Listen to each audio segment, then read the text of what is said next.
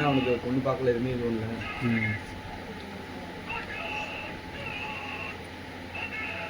Leg piece மாட்டிக்கிச்சா பிரியாணியில்? முடிஞ்சிட வேலை அந்த நீளம்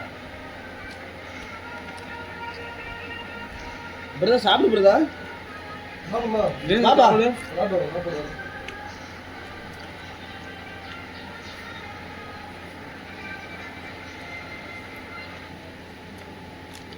சாப்பிட்டு நினைக்கிறேன்.